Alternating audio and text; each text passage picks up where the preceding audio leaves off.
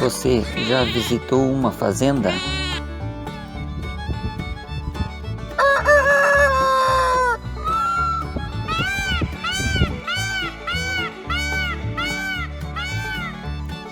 Na fazenda conseguimos encontrar diversos animais.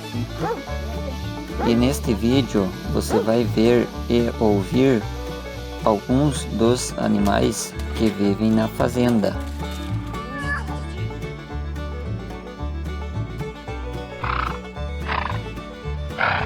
Entre os animais que vivem na fazenda podemos destacar o cavalo, a vaca, o galo, o porco, o carneiro e a ovelha, o cachorro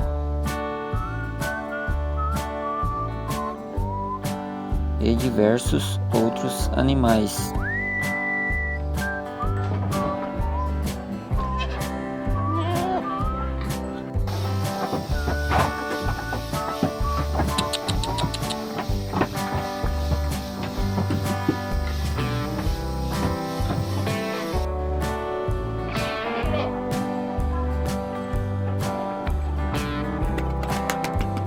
Muitos dos animais criados na fazenda são para fins comerciais.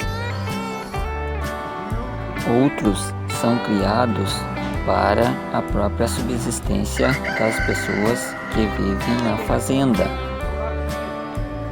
E alguns deles, como o caso do gato e do cachorro, são animais domésticos que foram criados para fazer companhia para as pessoas da fazenda.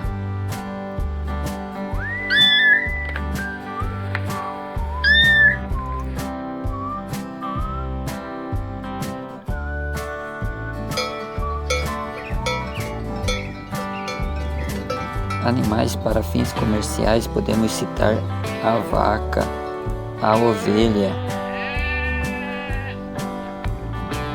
e até mesmo a galinha e o porco.